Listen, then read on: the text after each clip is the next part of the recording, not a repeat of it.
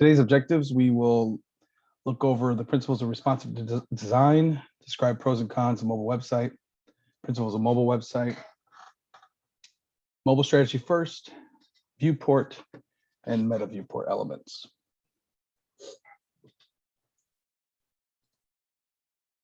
I noticed that half the class has submitted their project. Thank you. You have, I'm not going to click on this. I don't want to reveal any assignments, but I believe my intention is to allow accept submission up until the end of the semester. However, that means that I can't post a solution until after everyone has completed this. So keep that in mind. As far as for demonstration, I'm going to, this is FileZilla here, and I'll demonstrate how to transfer some files. I'm going to transfer the Chapter 5 version of the fitness website, and I'll try to work with that as we walk through the PowerPoint here. And it looks like I was not sharing my screen, so let me go ahead and do that.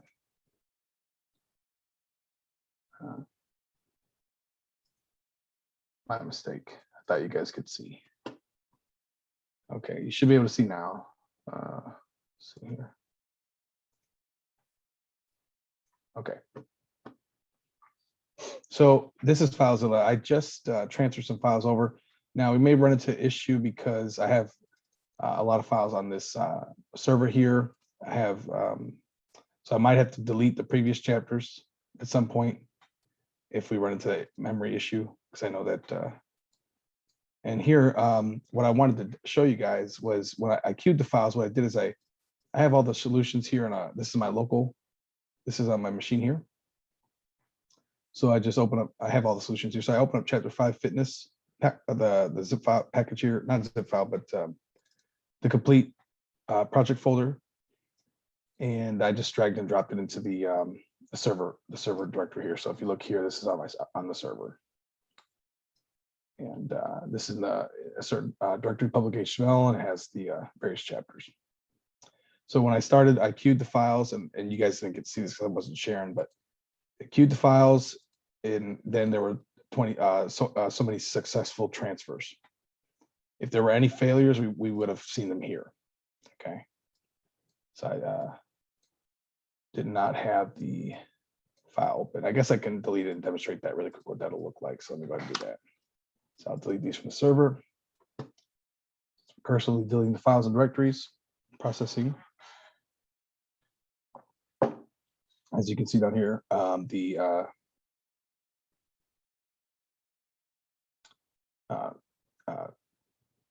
the activity is listed here, download and upload bits per second here, or bytes per second, because it's capital B.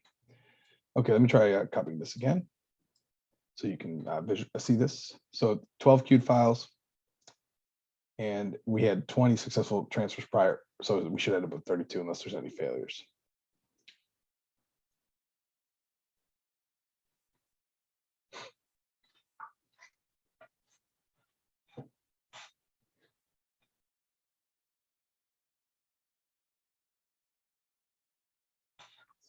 And looks like we're hanging up here.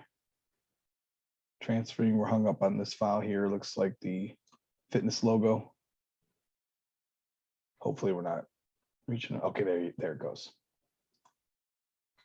Okay, so as soon as this is done, I also know that this is on my student server, so when I try to upload video files, it basically I run into issues. That's why once we get to Chapter 10, or we'll have to omit those video files, and those will just be broken links. But yeah, here you can see in the folders we have media.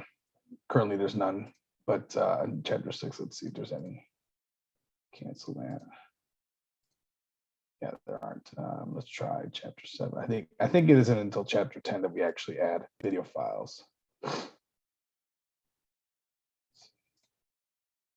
Yeah, there's nothing here. Chapter 9, maybe. Yeah, so in Chapter 9, Chapter 8 here. My hope is to get their chapter per lecture. The other thing is that close this stuff up. The other thing is with the final exam, I still haven't compiled the question pool. So it hasn't been posted yet, but I hope to post that soon so that you guys can take that at your leisure. And hope if you guys take it well before the final, and let's say like next week or something, or 2 weeks from now, I look at it and I see that there's, people having complications, we can review it then. But so now the files are transferred. So if I wanted to access this is on my student server here, so I can go ahead and do that. This is the website for the lab. You might have seen this before. What I can do to access this, I can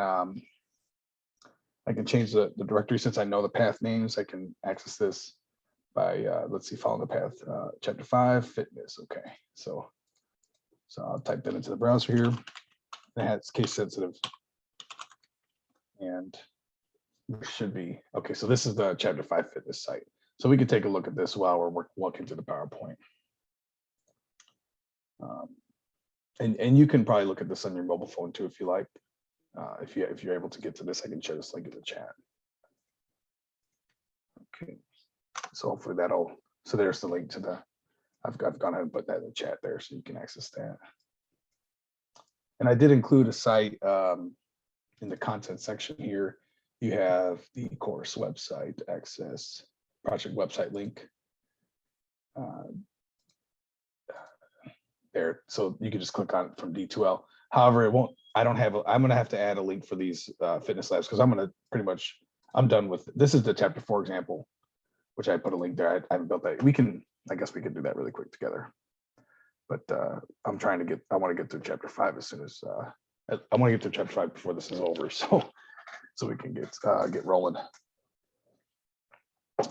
So let's see, if I wanted to add that link, I'll have to modify this file. And let's see where that's located from here.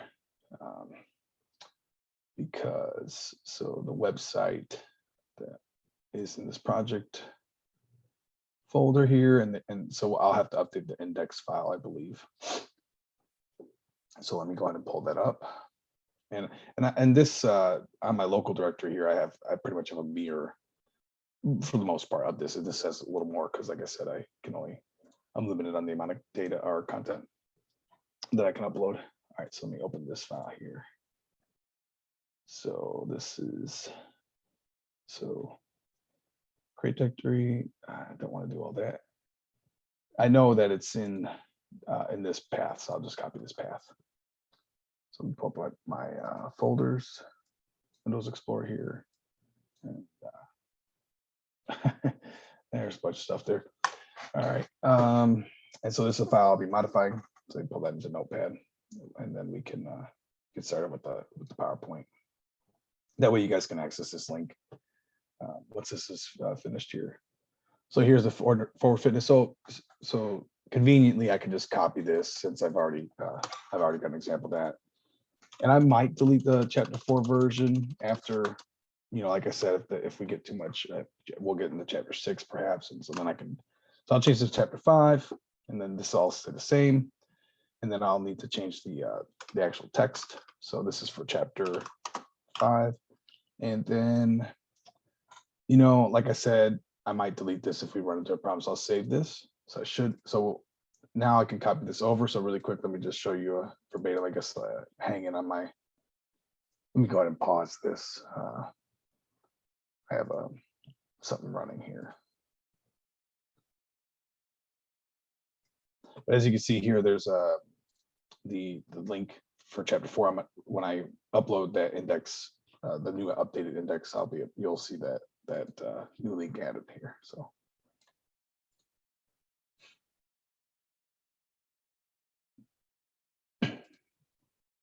Pause this here. Okay. Start that after the lecture. All right. So now I'm going to copy this index file over and overwrite it. So this is from my local directory here, copying to the server. And I should get a prompt as to whether I should overwrite it. So I'll go ahead and do that. Yes. And so now we can go back and Control F5. And there's our chapter 5. So now when you click on this link from, let me go ahead and close this here. When you click on this link in the D2L, right, chapter 5 should be listed. All right. So that's done. So let's go ahead and get started with the PowerPoint, and then actually I'll just leave that open because we're going to need that.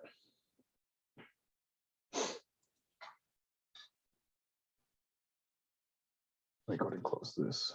Okay, so we got 1 hour left here.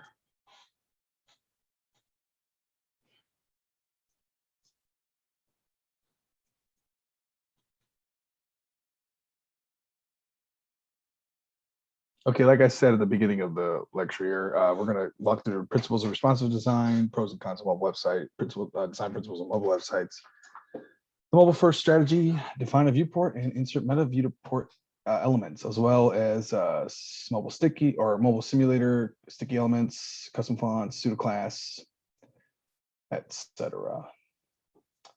Responsive design is a website development strategy that strives to provide an optimal user experience of a website regardless of the device used. Well, that is the goal, and I find that it's harder to do that than it's easier said than done. Applying responsive design principles, web page content response screens as a user device. If the user makes any changes on their device, which I definitely make a lot of changes, the websites may not act as expected.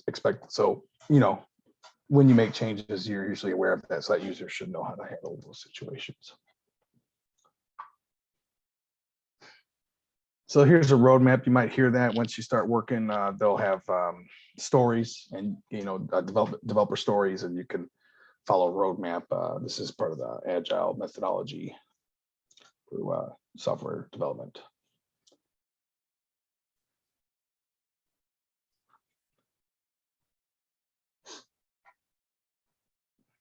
So here's some examples. This is what we're seeing on our chapter 5 example. So this is not a mobile device. I think if I Control Shift I, let me try that. Control Shift I think I can view this as a mobile device. Let's see.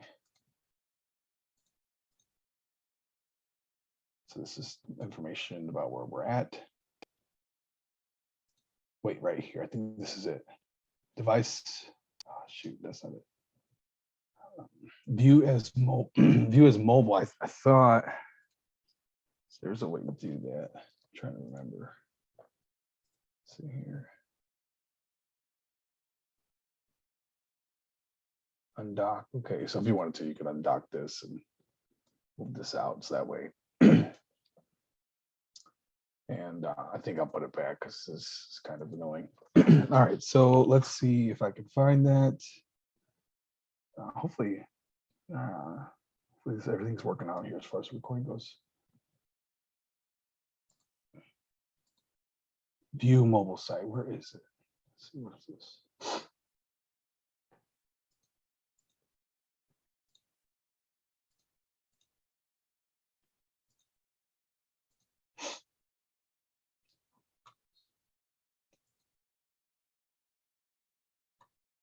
Maybe I'm mistaken. Let me just do a quick search on that. View page as mobile on Chrome. And so I'm looking here. Okay, that was the button I thought it was. Device toggle toolbar. Okay, I should have just clicked it. There you go. So here's our. See what else they say. You can do pixel 2 dimensions responses. So here's your option. So you can see, the various devices. So for example, if you wanted to view, see how it would look on an iPhone, here's what it would look like on iPhone X. If you want to see what it looks like on Pixel 2, here's what it looks like on Pixel 2.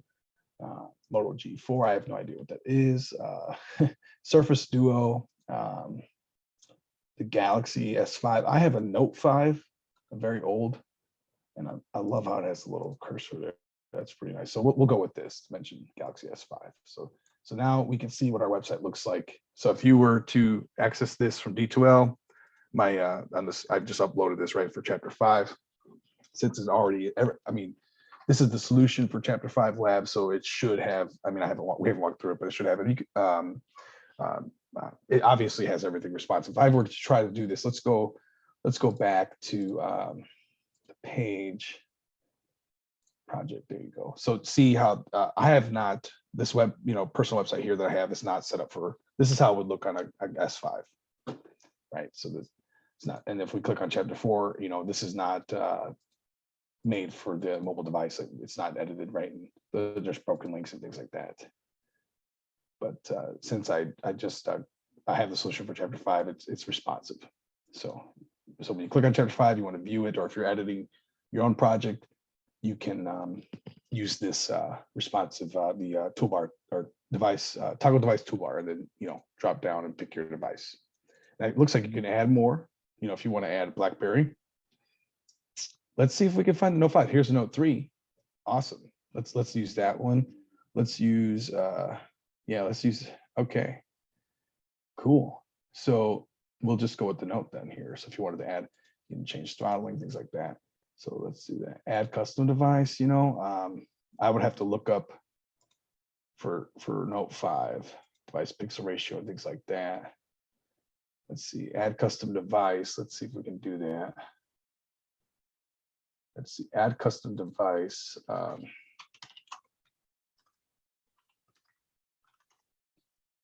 Device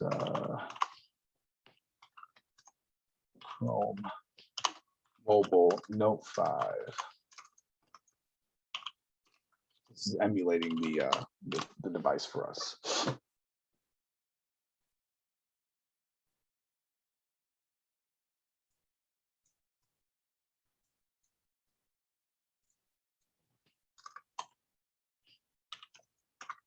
Let's see. I'm just trying to see if I can find the dimensions for the Note 5.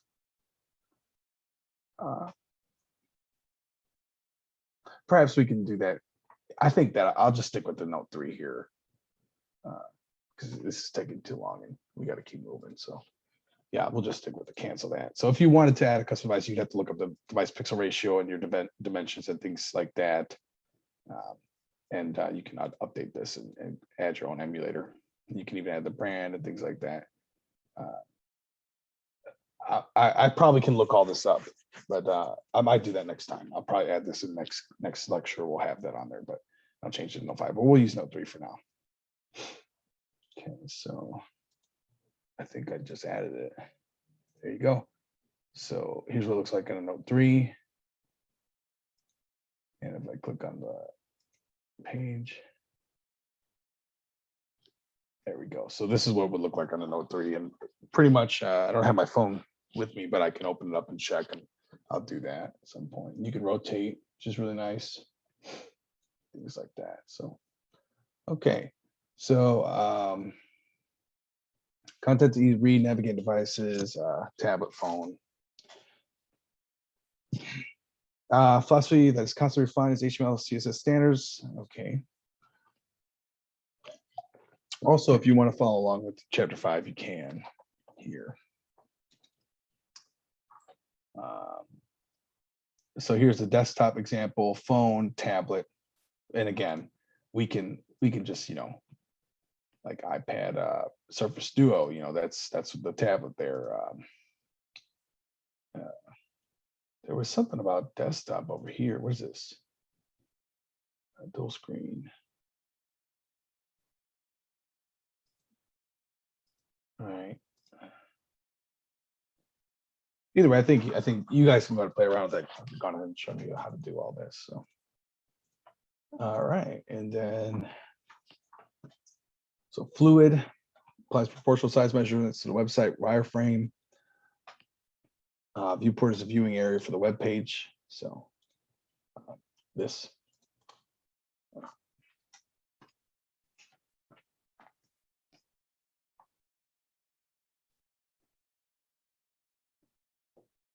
So traditional desktop is, so why don't we just go ahead and, what is this? So that's the desktop version. You click on this, we got our mobile. So you can see that this is the viewport, and we have our 360 by 640. And then here you have the 593 by which is changing because of the index here. I have Control-Shift-I or inspect.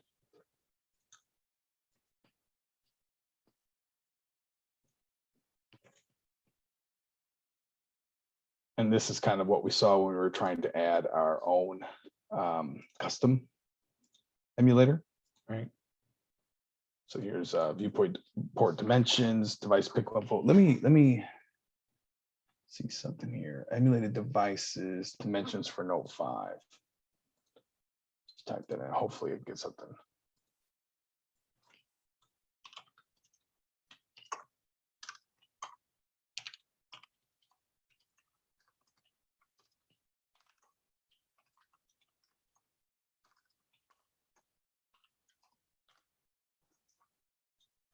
Here we go. So Samsung Galaxy Note 5 on Stack Overflow viewport size. So this is just a complaint, but according to statistics, pixel size. So I just typed in emulated devices Chrome dimensions for Note 5. And here's, it looks like there's a table here.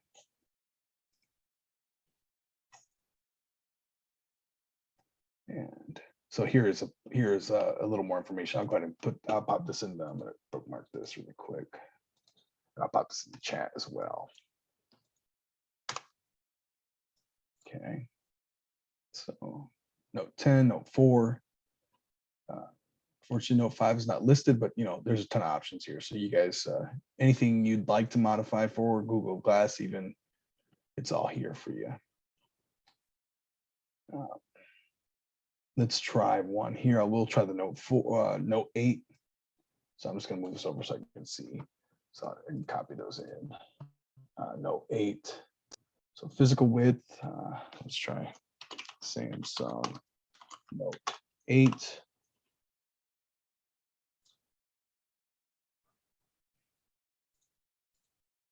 Here I'm looking. This is pixel ratio 4.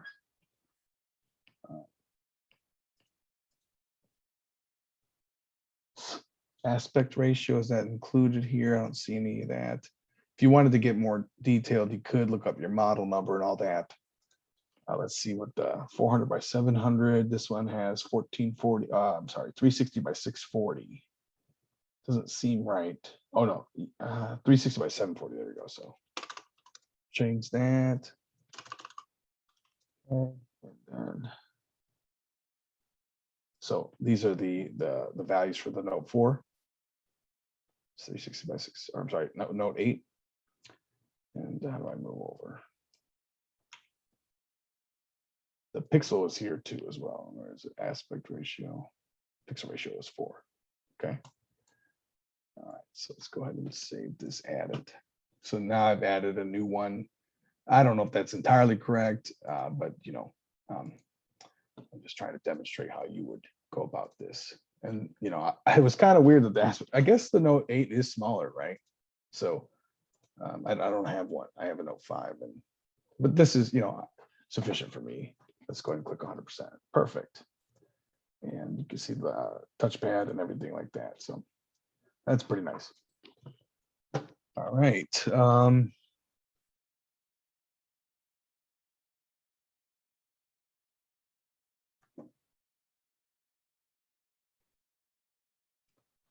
Shrink and grow based on the size of the viewport. So if I want to rotate this, I have a different. It just alternates the height and width. See, as you can see, 740 goes to the width, and then the height goes to 360, and vice versa.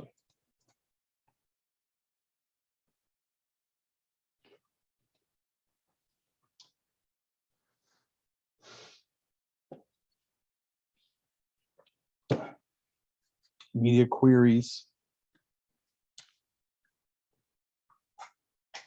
You can selectively apply CSS rules that work best for that viewport size. CSS3 standards expand the capabilities for media queries. And we will talk about, those will be discussed further in chapter 6. Designing for mobile websites.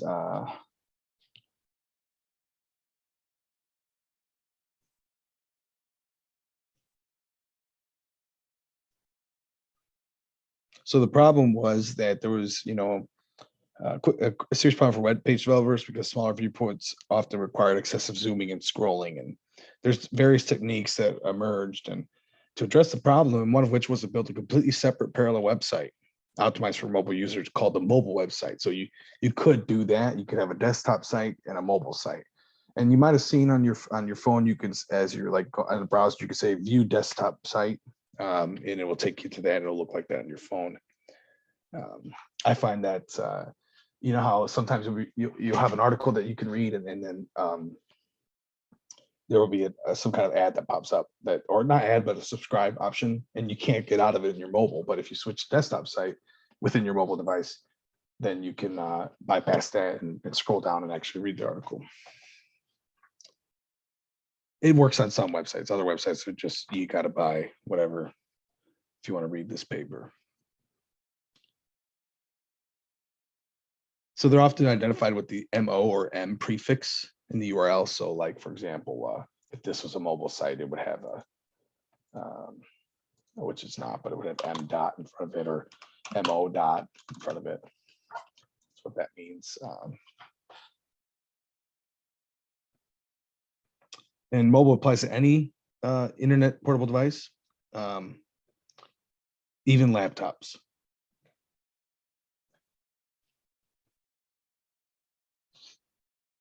So the major downside, I guess I didn't mention that, but the major downside to this is that you have to manage two websites. It'd be nice to not do that. Mobile first strategy employs responsive design principles for web developers. And that's something I've seen, it's been something that's pretty common. So obviously, if you have a website that exists, you might need to adjust it.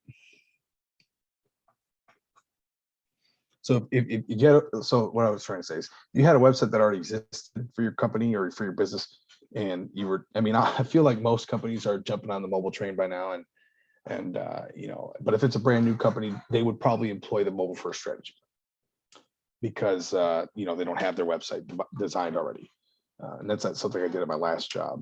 But if you had a huge website, I remember working for Ameren. They already had an existing website, and so they had two separate, a mobile and a desktop version. So it's just something you have to do if you want to appeal to mobile users.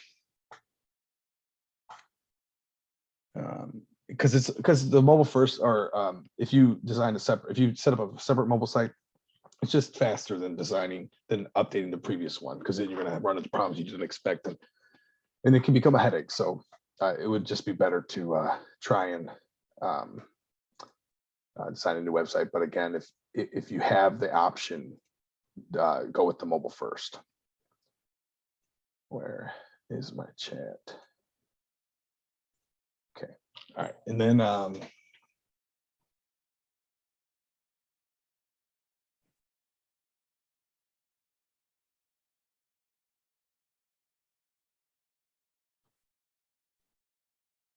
and also, this is kind of an off tangent here, but if I was thinking about uploading the solution for chapter 5, but again, I don't want to give the solution for chapter 4. I walked you guys through it on the last 2 lectures. I walked through both of those, lab 1 and 2. So as soon as everybody gets those in, then I can upload the next one. But if you wanted to, you could just go ahead on over to my website, because I just uploaded chapter 5 here, and you can try and if you let's see, how do I want to explain this? So if you were on this website, right, and here's the index.html. So if you just delete this, right, you can actually see, give it a second here. Well, actually, you know what, never mind, that's not going to work, because the index is going to force the website to appear. What if I did this? So here is like, this is like on this server in particular, it might look different for other, if you're on a different server, but you can actually see the different directories of your files. But what will happen here, if I click on this, the index will take over, and in my lab folder, and you won't see it'll open the actual index page. So that's kind of a consequence of having an index. So, but I was trying to open up the files for you. What I was going to suggest is, yeah, that's not going to work for you guys. I'm sorry. Yeah, maybe. Let's see here. Right. No. So this is like the default web HTML that's generated to host the page there. What if I did? No. Control Shift I. So I mean, this would take you guys a while, I would think. Let's see.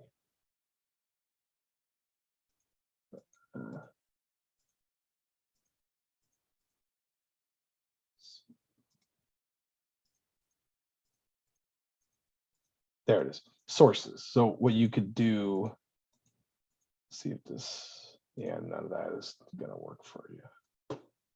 If I click on the web page, here we go. So now we are in the fitness directory. You can see that I have a styles sheet. Here's the images and then the index, but there is a couple other files there.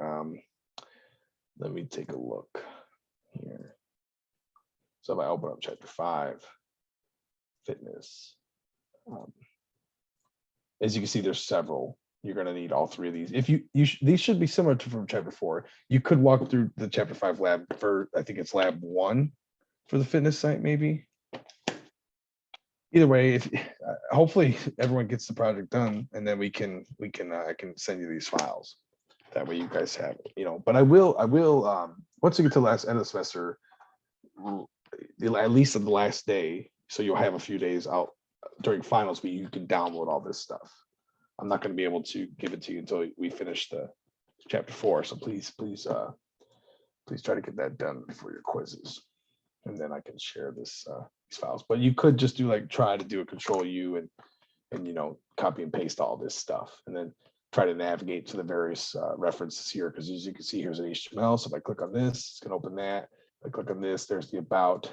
So you can kind of build it from scratch using the sample here. I'll leave that up to you.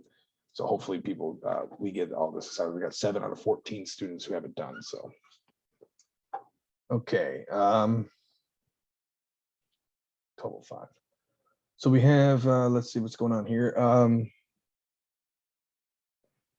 So here's the mobile first approach. Start with your phone, then design it for a tablet, laptop, and desktop. Traditional approach is the opposite direction. Pretty simple.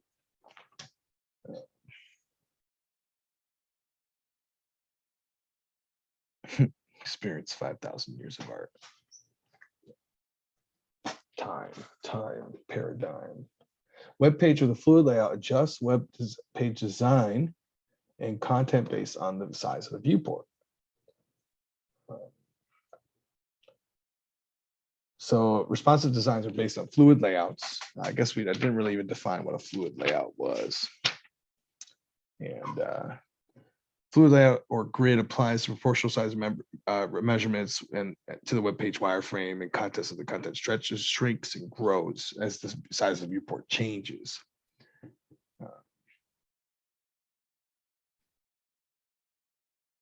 Let me take a look. Let's take a look at the CSS for this. So if I Control U, I can click on the CSS file. So it's probably similar to what we had. Well, we didn't do this lab. This is the actual fitness web page from the textbook. But as you can see, we have our style rule for the header. It's Webbit sticky. Moving on down here, we have, so this is responsive. You have the, let's see. Take a look here.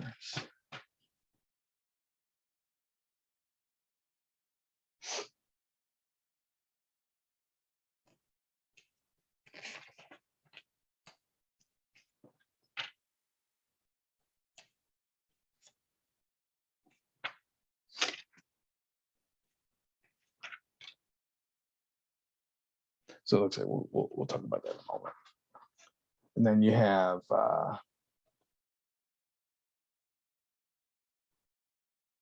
all the different selectors defined.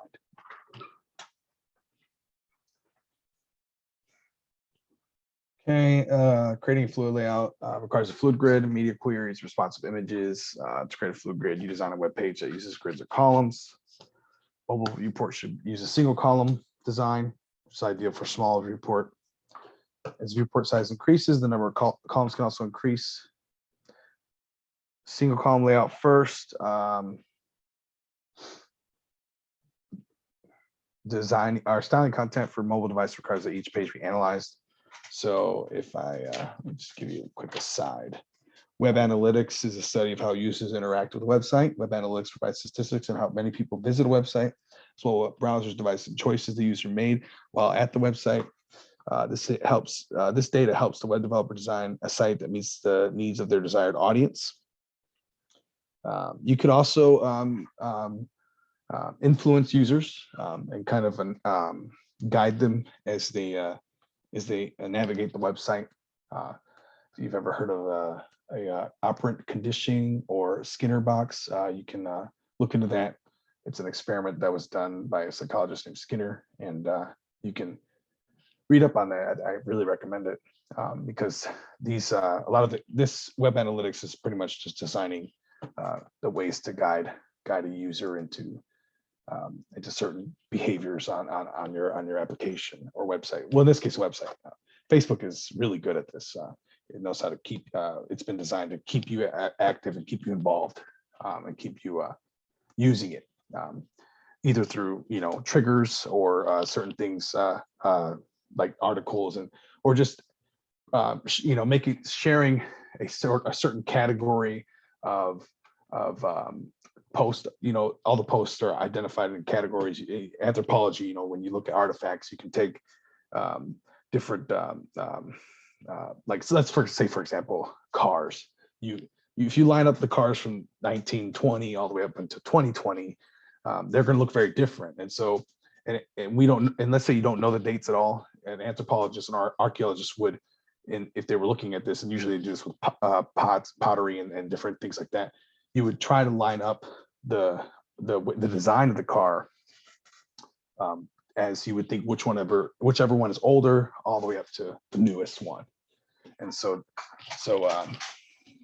there's posts that you make on Facebook and things like that. They're all put into categories, and then specific users respond to certain categories. Again, operant conditioning, if you want to check it out, I recommend it. This is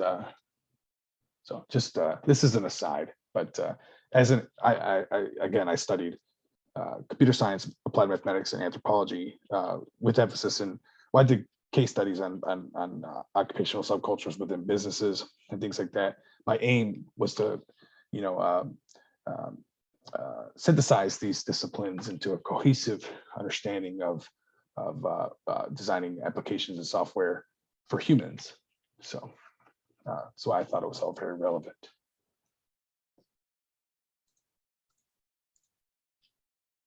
Again, you can look into that in your free time.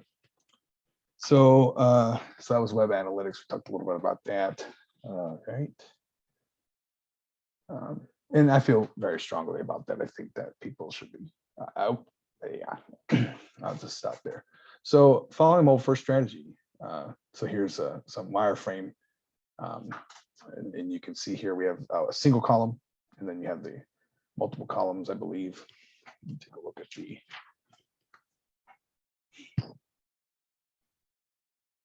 also, if you go to page 221, you can check out some website examples of responsive design. So one is www.intel.com.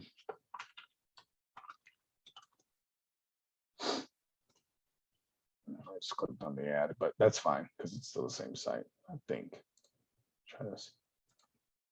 Makes me wonder if this is my interest or I've been pushed into it. Let's see. Yeah, so this is an example of responsive design. Zoom in, zoom out, and the images react, respond. Another one would be like metmuseum.org. So again, you can see this on page 221.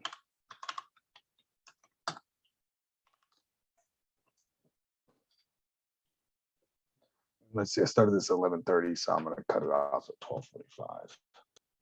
So again, responsive web design here. Maybe not as much as it was back then. See, as you can see, it's been updated. When was this book published? This book was published prior to 2020, I'm sure. So you see mass, so that probably indicates it's been updated since. Yeah, well, 2021. So then, yeah, okay, this book's pretty accurate, up to date. Okay, let's see what else here. All right, I'll just keep going with the PowerPoint. That's what I want to talk about, the different figures here. So like in figure B, it's really long. So it would require a lot of extra scrolling for the mobile user. Let's look at our website here. I don't think, let me switch it back to mobile view. So theirs isn't that long, but you know, if you had that bit long column here as the diagram, but it looks like that's how this site might be made. And if you look on, if we follow, go to the next, maybe they'll show us. Nope. If you look on page 227, what they did is they crossed out the sidebar content. They eliminated that, and they also eliminated the ads, right? So the revised wireframe, this is a wireframe for the mobile viewport, would be just the header, nav, main content, call to action, footer. We'd remove the ad and the sidebar content, so that way the user doesn't have to scroll so far. But here's the desktop version, which is a little more not versatile, but it's inclusive, I guess. So an ideal web page limits the scrolling. So you need to analyze the page and determine areas that are the most essential content, which is pretty much what I was just describing. You would, do I have a means to eliminate this? If I took a screenshot, maybe that would help. Let's see. Yeah, we still got a good half an hour here, so I can waste a little time. So if I take this, I'll show you guys what I mean. They would just cross this out, and they would cross this out. So then these 1, 2, 3, 4, 5 different frames would be included. It would be reduced from 7 to 5.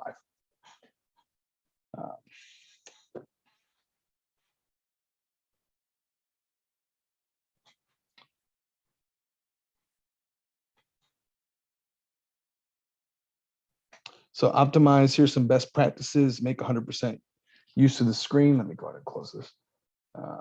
And here's the best practices here. Design navigation to be easy and intuitive, keeps load times minimal, display essential page content, hide non-essential page content, which would include that ads and sidebar content. Make the content easy to access and read, and design a simple layout. So a meta viewport, you might have seen that before. Here, this tag here, this element here is a meta viewport. So you meta name viewport content width device width, and then initial scales 1. So the 2 attributes are the name and content here, content name. Then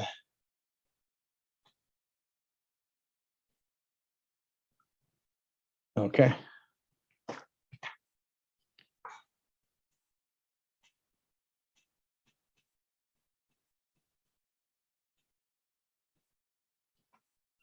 Let's go back.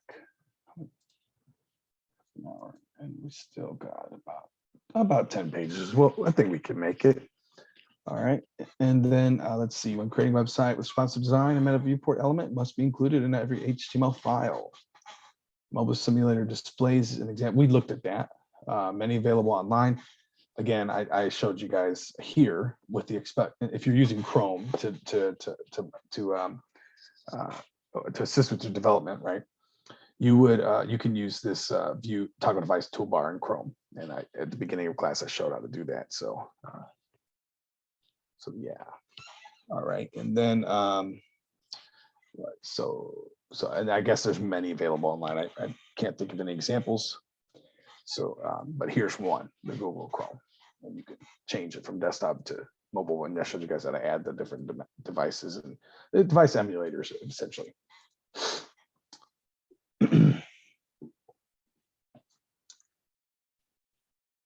Okay, so there's a diagram.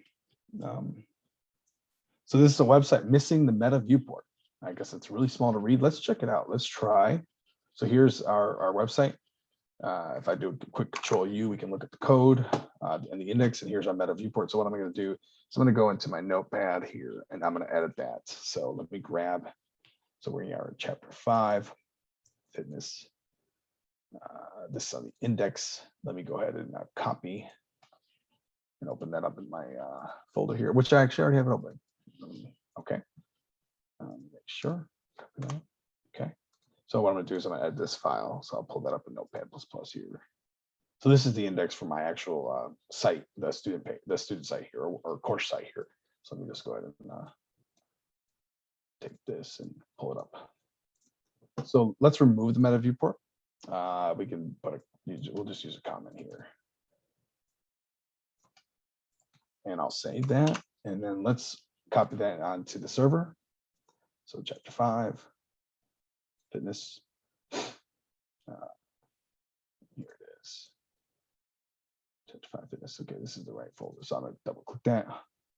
Queued files, connecting, transferring, overwrite, yes, or okay, successful. All right, let's check out our web page. So what we expect to happen is it's going to have some trouble. Oh, wait, this is the desktop version. Let me go back and open up our emulator. Okay, so let me do a quick F5. So when I remove the meta viewport, essentially, as you can see, it has become pretty much illegible. Okay, right? If I switch back to desktop, we can see that there's about us and everything like that. But let me go back to the home page. Okay. When I click the mobile site, let me go back to home. So I guess it fixed it. But as you can see before, when I had the meta, if I do Control U, you can see the meta's commented out, right? So when before I was able to scroll. Right now I'm using the scroll and I can't scroll. Okay, so that's the and if I zoom in, no response. Let me try doing this here. 100%. Yeah. Okay, that's fine. But either way, as you can see, I'm not scrolling. Let's go ahead and let me close these. Let me go ahead and add that meta viewport back in so you guys can see. Let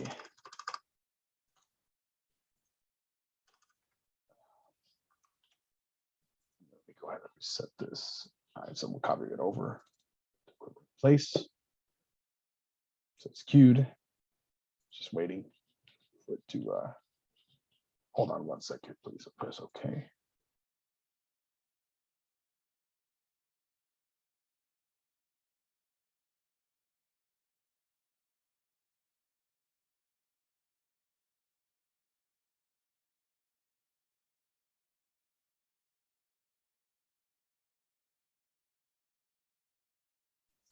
Okay, I'm back. Hopefully you can hear me.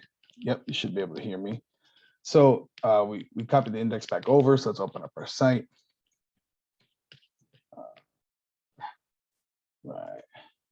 So remember, we couldn't scroll because we removed the meta viewport. So let me go ahead and refresh this. So now we have our interactivity again. Okay, thanks to the meta viewport. If I do a Control U on this, we'll see that it's uncommented. Okay. So let's see what else. Accomplish. Depending on design, you may want a company name or logo to remain at the top. That's exactly what they did here. To accomplish this task, create a fixed or sticky header known as a sticky element. And we looked at let's look at the code here, or the HTML. Here's our header. Let's see, there's the Forward Fitness logo. Here's the header area. There's the alt name. If I go into CSS, we can see that our header, wherever it is, right here, we have our position WebKit sticky and sticky, right? So going back to this, create a fixed or sticky header known as a sticky element. So we're looking at the sticky element in the style sheet, and this is it. Let me see. So on, let me check one thing. Just kind of down, just going back really quick. Just if you want to see more examples of mobile simulators, head on over to page 229 And this is open to Google Chrome Dev Tools, and you can press F12 or Control-Shift-I keys. It pretty much it goes into detail what I showed you guys, exactly what I showed you guys to do. Responsive viewport, I didn't expect that. Responsive viewport mode, device dimensions, zoom, toggle list, rotate more options, toggle device toolbar. And let me check if we're going to look at that right here. No. Nope. Okay, but yeah, so head on over to page 2, like everything that we talked about with this spec element and the changing from mobile to desktop and adding device emulators and things like that. That's all detailed, or there's more detail on that on page 229 and 230. So head on over there in your textbook for that. And going back to what we were talking about, the sticky element. So I was trying to read a little more here on that, but I saw that and I wanted to mention it. So on page 223, we can see sticky elements, and so it's describing the WebKit sticky and the sticky, which is what we looked at down here in our CSS file, the selector definition here.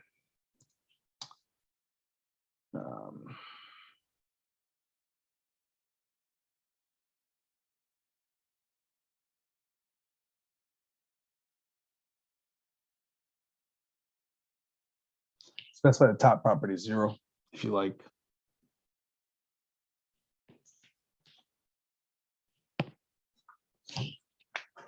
So some browsers require a prefix as known as WebKit for certain CSS properties to work. So for example, with the Safari browser, you would have to require that you would need to include the WebKit sticky. So that's why there's 2 definitions for the same attribute. Or I'm sorry, same property.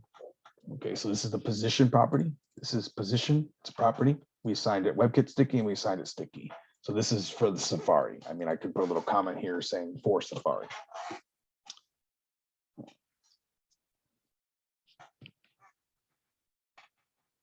But yeah, head on over to page 223 for more information on that.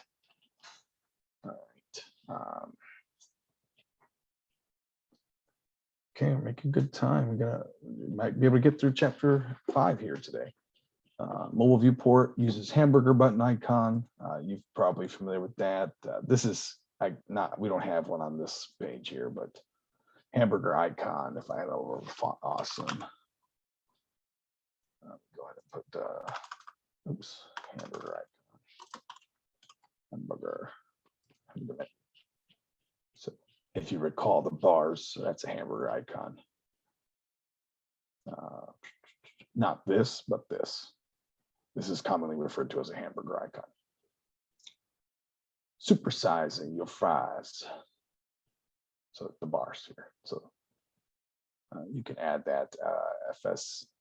You can use font awesome. You'd have to include this. I think I showed this in the beginning of the semester how to include, because if you look at there's a link here, the fonts Google advised you have to include a link for the font awesome, right? And so if I go to the student site here, or I'm sorry, the you call it course site, zoom out a little bit, Control U. So here you can see I have a reference to the font awesome's all CSS style sheet. This is their style sheets. I can actually click on this and see.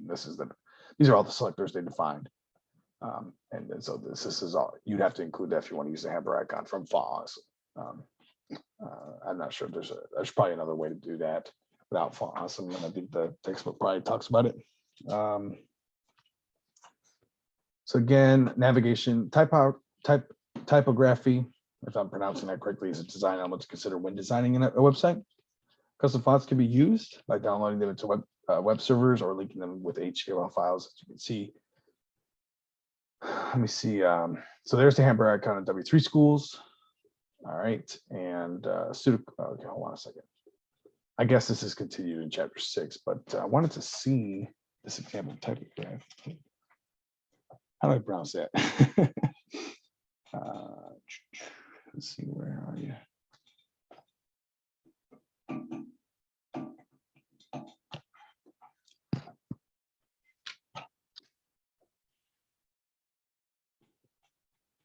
I guess we could take a look at it, what a sticky header doesn't look like. I'm kind of jumping around here, but so it says here, another mobile design option for navigation system display vertical navigation around a page. Design provides clear and easy to use navigation. Use a single column. You can create this design using CSS. Add style rules to style sheet, format navigation, list items. Let's see.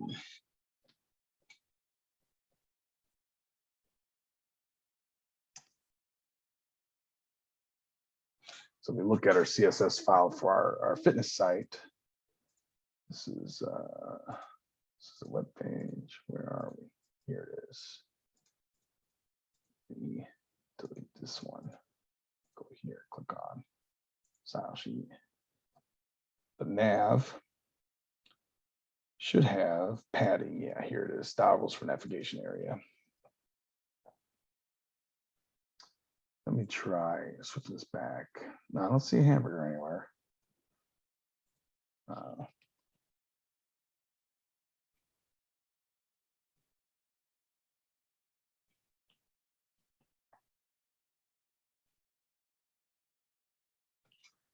I was just trying. I mean, font awesome. I would use font awesome. You know, for the hamburger icon. You can also use, maybe there's, I'm sure there's a reference in W3 schools.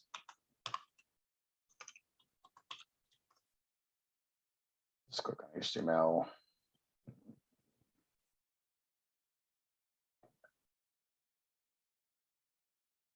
Maybe symbols. No, it's probably like something else.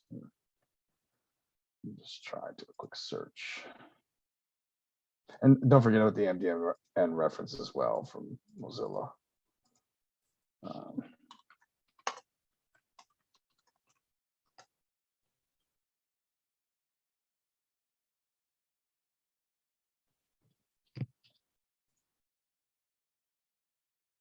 So if you want to figure out, learn how to make these, you can try it yourself. Let's check it out.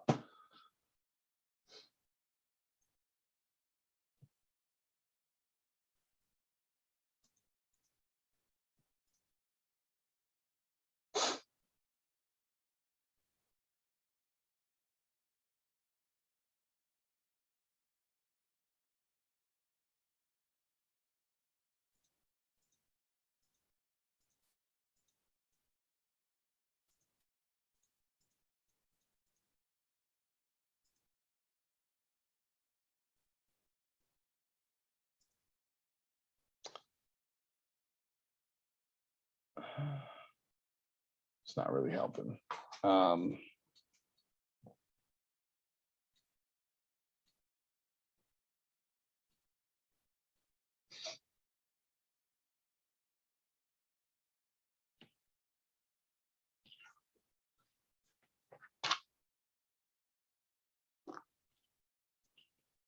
Well, I could just start deleting stuff and see what happens.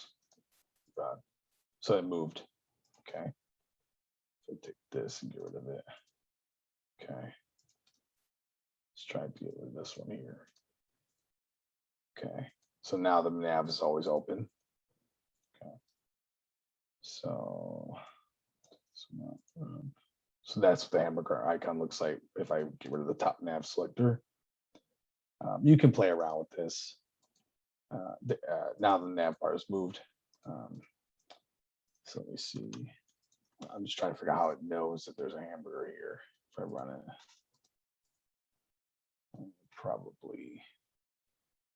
Oh, it's using font awesome. Well, that explains a lot. Actually, if I go down here, I bet there's somewhere where the hamburger is included. Let's see, mobile container div class, active news content. There's all that stuff. Logo. Okay, that's that. There it is, right here. So this is is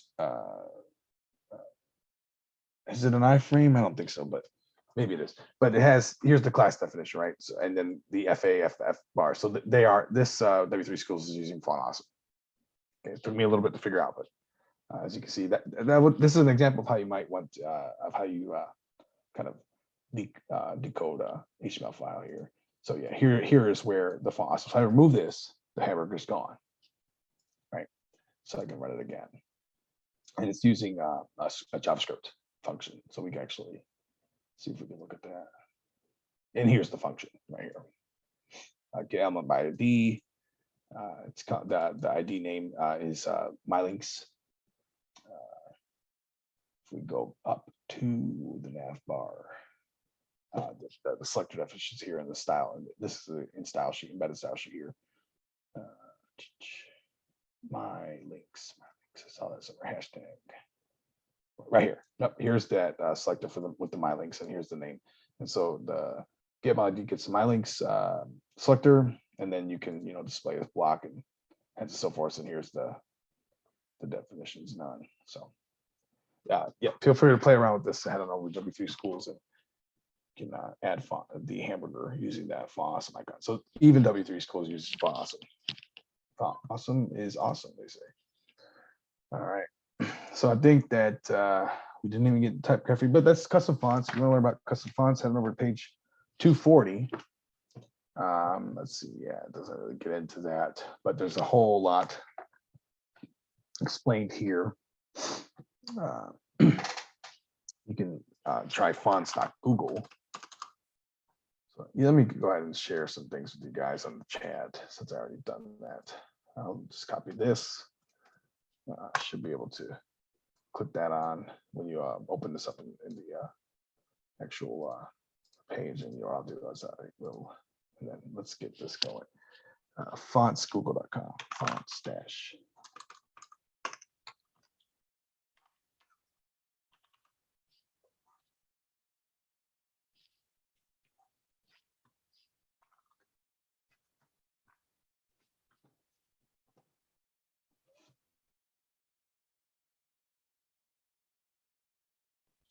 This is my internet provider.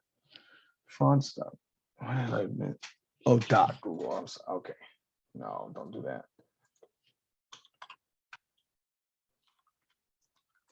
There you go. So fonts.google, you can kind of create your own fonts here. Says do not use too many different types of fonts. Pair serif font with sans serif. If you, I think actually, if you want to know something interesting here, if you head on over, I think it's called EBD maybe, or Cuneiform Plus, because there's a collective trying to Cuneiform Plus.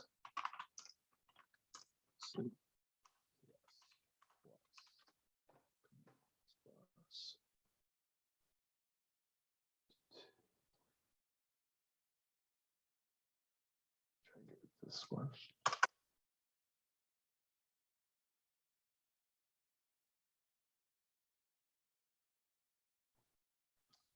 I'm gonna throw up something else because I can't find it. But there's Cuneiform Plus, which is trying to develop fonts for Cuneiform. Let me just try this because they're talking about different typographies. So that better than.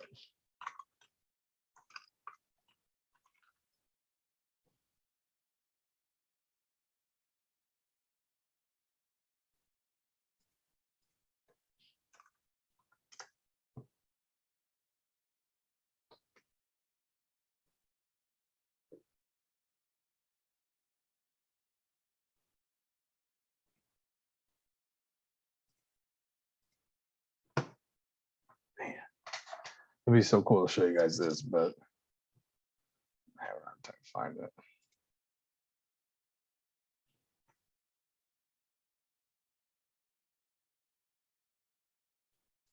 Let me go ahead and share this with you guys in the chat, the Google fonts here. That's described in the textbook more detail on page 240.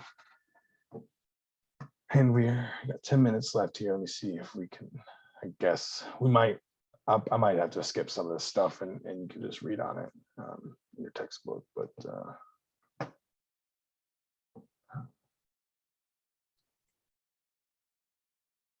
hopefully this doesn't open up on the,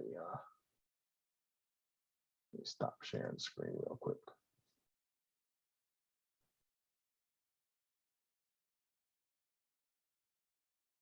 Okay, take a minute. I'm surprised I just can't type in Cuneiform Plus and then it comes up. Google, I mean, it must be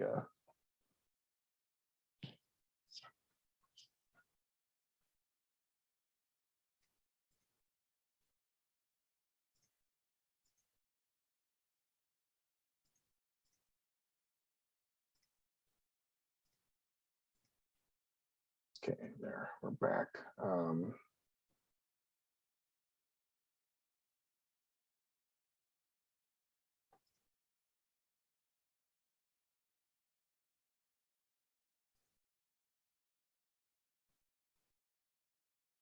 I got a notes that I take care of with different categories for so I got check my anthropology, computer science.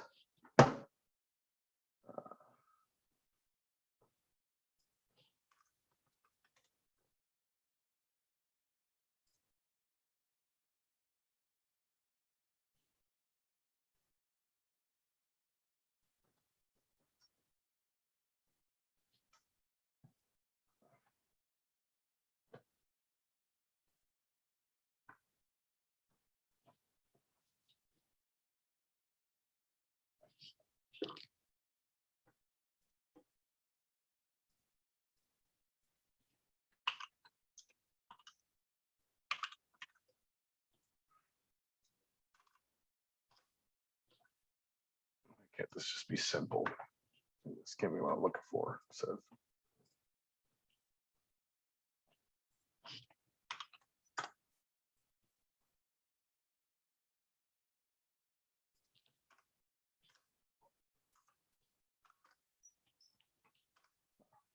this is terrible. I can't believe it.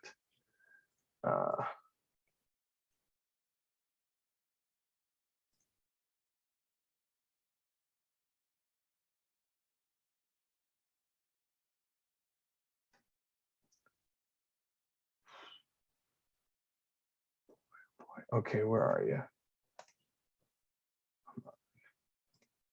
I'm giving me a hard time here. Not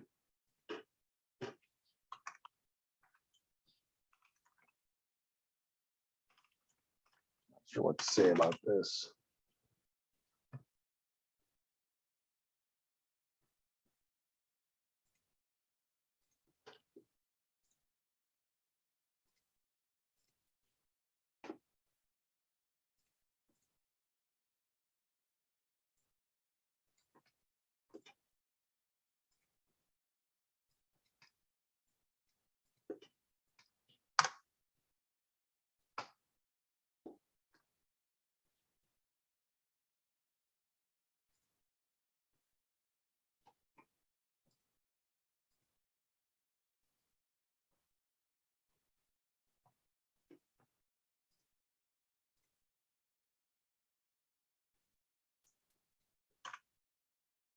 I know what I was doing wrong. It's Cuneified Plus.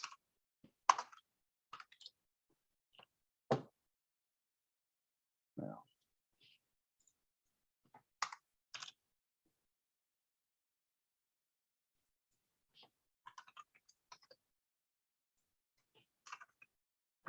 I'm gonna have to let it go because I can't find it, and I was hoping to show you guys because it's kind of cool, but.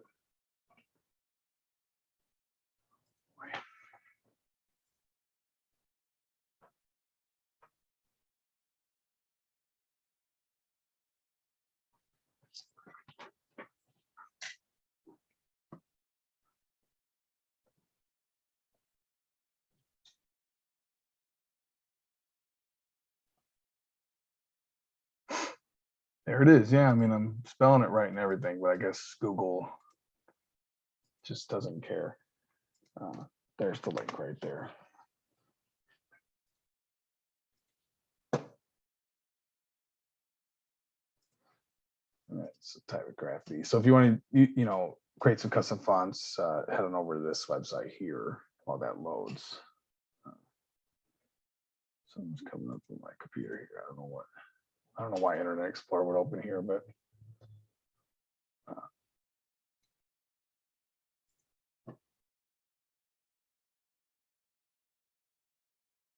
There you go. It's loading. Maybe we'll get a chance to look at it.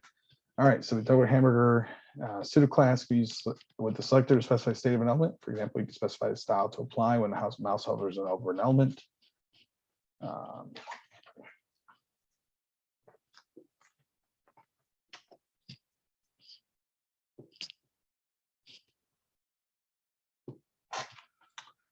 Let's see anything.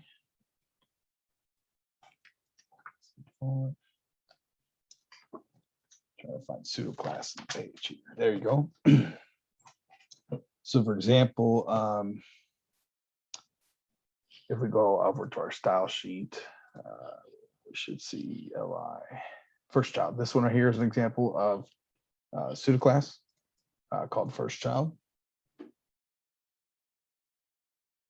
So pseudo class consists of a colon followed by the name of the pseudo class. So you have here's your selector, nav list or nav li, and then the name of the pseudo class followed by following the colon.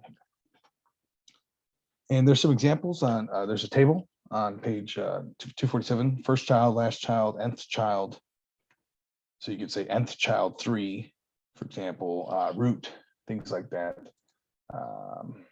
And let's see who, so that's part of the nav list here. And if we look at our actual, so here's our nav selector, here's the list selector here. And so this is using the hover option here. As I hover over it, nothing's really happening. Oh, that's because I'm not on the desktop site. And nothing's happening. Let's see. So you could, let's see how do we get this? How can we get an example here? So font size 1.5, Francois. So to apply the first list item on the website, pseudo classes are grouped into the following categories: dynamic, target, language, UI element, states, and structural. And so if we go back, the first element here is the home. And we can talk about it more in future chapters. It says right here. So you can remove the top border. So for example, you see the borders that are on each of these list elements here. The first child removes the top border. If we look at our style sheet, we can see border top equals none. Okay, so I was looking at the wrong one. So first child here, border top equals none. So like if I wanted to change that CSS file and give it a border, and this is only for the first child in the list, right? If you wanted to work on, the last child, you can change this to say last child. You can change the nth child would be something. Let me go ahead and just give you an example here. So if I have, open up these. So we're gonna go a little bit over here just for a few minutes. So bear with me. Let me open up my style sheet. CSS. So I'm gonna pull that up in the right here. Okay. What's that? All right. So going back to this is where we're looking at a pseudo class in our selector definition. Let's say we wanted to add something, right? So let's say we wanted to remove the border from the nth child. So that would look something like this. Nth dash child, and then in parenthesis you would say your third or fourth. So I think we have how many? 1, 2, 3. So let's remove it from the classes. So this will be the third item in the list. So that's exactly that's the example they give in the textbook. We could do the fourth one if we want. So so I'll save that. Okay, and then let me copy that on the server. So really quick, what we're doing here, just to kind of do a quick review. We added a new pseudo class to our CSS style sheet, which should remove the border from the third item in the list here. As you can see, there's no border for the first item, so that's the first child. Now we're going to do it to the third child here. So where is FileZilla? Open that up. So let me copy the style sheet over since we've updated it. So let me just show you guys again. I've added a new pseudo class definition. Copy that. Take a second. Okay. And then if I do let's make sure that it was successful. So it seems to have, should be the last one here. Yep, that's it right there. It's successful. So let me go ahead and do a control 5. And as you can see, the border has been removed. And there's some errors, I guess. Hopefully the internet didn't shut off. Okay, good, we're good. I was gonna be like, oh man, I guess no one this lecture's done. And we can go ahead and change that back. So what I'll just remove this from the definition, save it, copy it over, say okay. Looks like it was successful. So now if I do Control F5, you should see the border come back. And it does. All right. Now, couldn't find plus really quick, can't be reached. Fine. Just I'm sorry, we wasted 5 minutes on that. I'm gonna go over a little bit.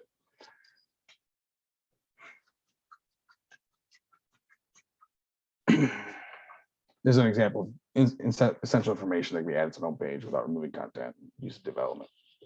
Again, I'm sure we're going to see this in chapter 8. We'll see some more of this in chapter 9. Default element borders use 90-degree angle at each corner. You can round them, I believe. So change default appearance by applying rounded corners with CS. I believe we've actually talked about, we've seen that before. CSS property round corners and border radius. So like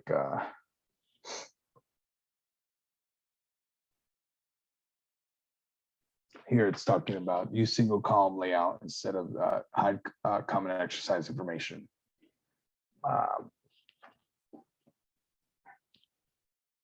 Telephone number, map design, viewport.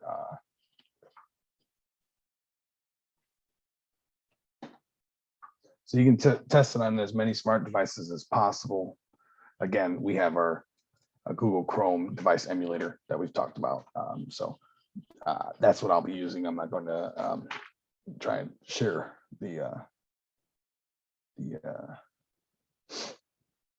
I'm not going to try and share my phone on screen here. It used to be able to do that, but Windows 10 has removed that feature. Thankfully. That's which I was actually pretty sad about because. But anyway,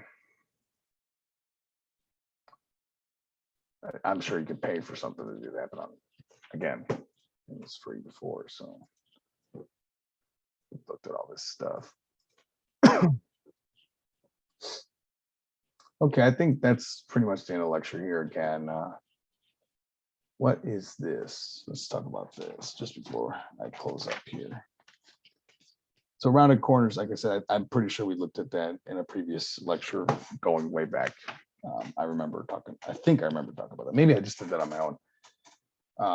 But it would be something like, you know, in the style sheet, you'd say, where is the border here? So you can change the border radius property. Let me see if I can find an example on here. Border radius.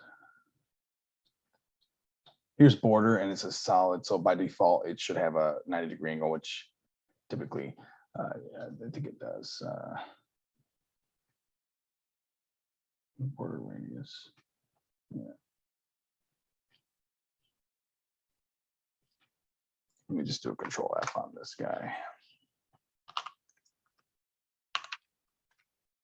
There we go. So it looks like the telephone link has a rounded border at 5 pixels.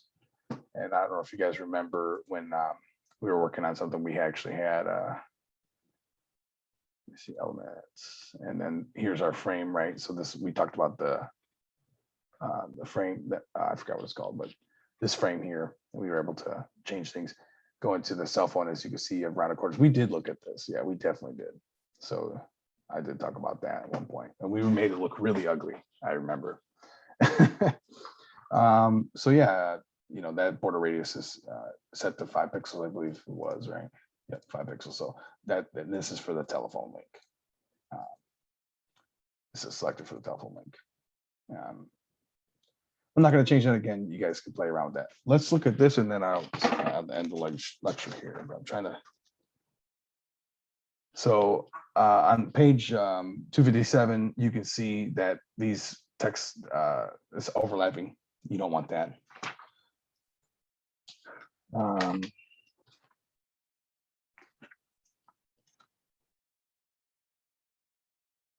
Telephone number is not a link. It is now, but before it wasn't. So once we did, open the app, if I was on my phone, it would probably open my call application, calling application. Let me see. Let's look at this telephone link.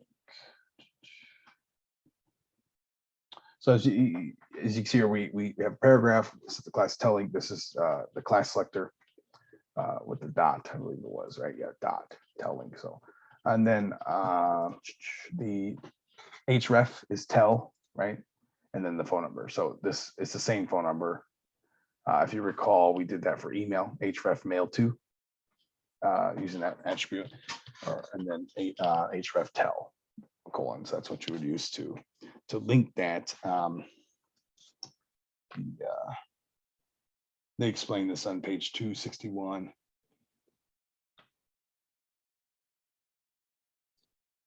So you'd insert, this is an anchor tag here, and it's the reference is the tell. So it's an trying to find. It's a class attribute here.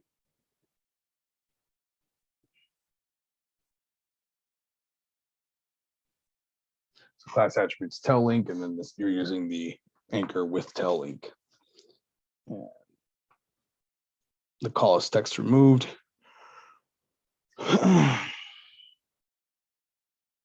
I guess I thought there might have been like some way. Okay, so there's a website called Mobile Friendly, right? So that's what I wanted to show you guys, and then I can end the lecture. I know we're going 10 minutes over here. It shouldn't take too long. So the search.google.com test. So search. Let me go and look that up. Search.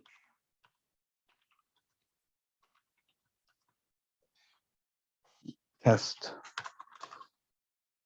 mobile dash friendly.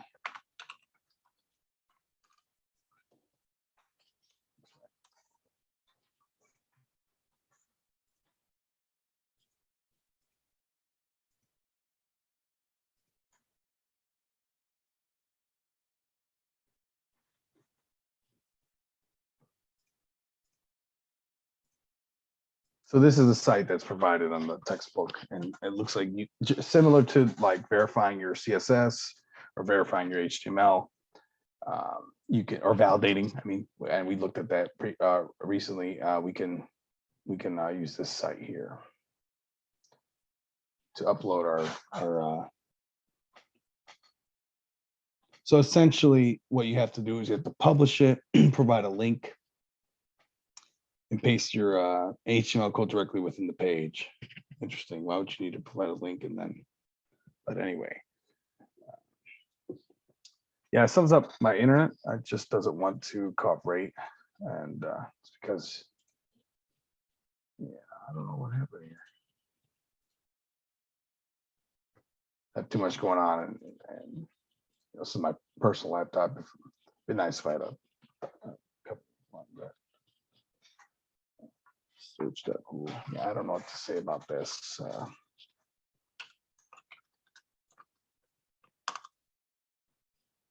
Yeah, I didn't click any of that, so I don't know what I didn't even press Control-Shift-I or nothing, so I don't know why I did that. .com. So yeah, the internet's working, so I don't know why this is just stop doing this. Okay.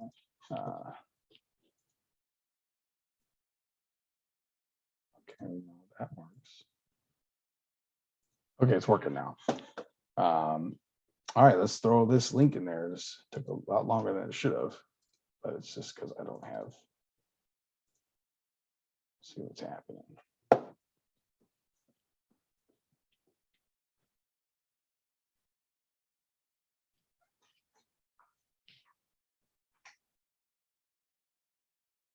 This isn't even the same site. search.google testable friendly. Why?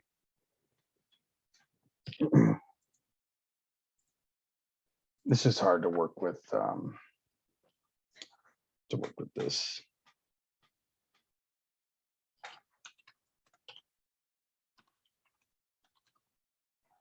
Probably getting throttled by my ISP.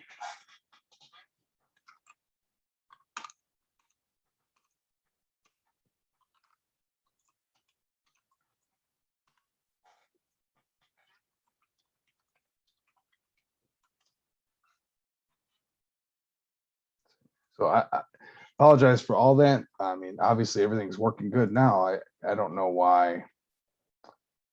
I mean, obviously I think that there's might be some kind of AI that's, you know.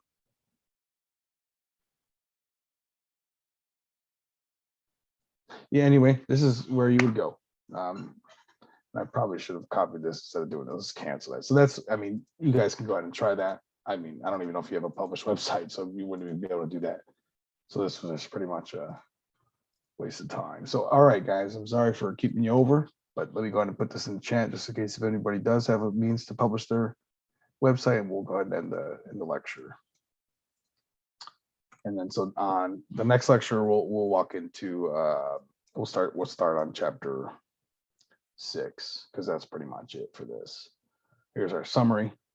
You can pause it and read it, and that's all I got. So, all right, everybody, have a good rest of your day.